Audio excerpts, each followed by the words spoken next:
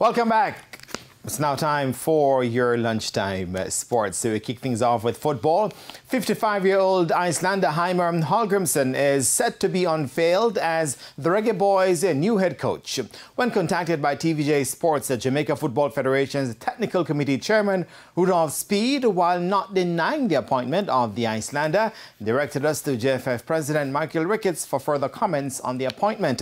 TVJ Sports understands that Hallgrimsson will arrive on the island on Wednesday. Hallgrimsson guided Iceland, the country with the lowest population ever, to qualify for the FIFA Men's World Cup back in 2018. He was last employed by Qatari club Al Arabi, which he left in the summer of 2021 after joining them in December 2018. Hallgrimsson will succeed Paul Hall, who was brought in to assist then national coach Theodore Whitmore in 2021. The new coach and the rest of his technical staff will be unveiled at a press conference to be hosted by the JFF on Friday. Meanwhile, former national assistant coach Bradley Stewart says that the hiring of a new head coach for the Reggae Boyz should not come at the expense of training local coaches. Stewart, who was Reggae Boyz' assistant coach in 2009, has, however, said that he's not against the idea of bringing in an experienced foreign coach.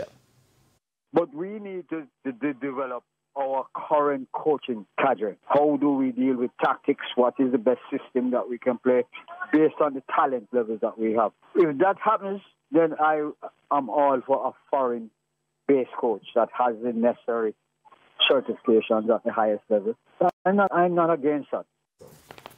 In the meantime, experienced local coach Calvert Fitzgerald says Paul Hall was never the right man for the job. When Paul Hall just came in, I said I would prefer if Paul Hall was in the program as a youth development coach, because for the head coach job, for your country trying to qualify the World Cup, I think you need somebody with some experience in coaching at the highest level, at the senior level. And Coach Hall didn't have that experience, so he would basically have to be learning on the job. And when somebody is learning on the job, you don't know what you're going to get. Stewart is, however, warning against a repeat of what happened with the last overseas coach, Winfried Schaefer, who left the federation in the red. As a country, we don't spend a lot of money bringing in a foreign coach, and when he leaves here, we're no better off. And staying on football, well, going to athletics, Hydel High now have two new track and field athletes to their squad, but they will not be eligible for the upcoming season. Former Ferncourt High gold medal winning 400-meter athlete Abigail Campbell has made the switch after a season where she won Carifta gold in the under-17 400 meters, as well as silver in the 4x400 meters at the World Under-20 Championships in Colombia. Now, former San Diego High standout Kamoy Binga has also made the move to the ferry-based institution.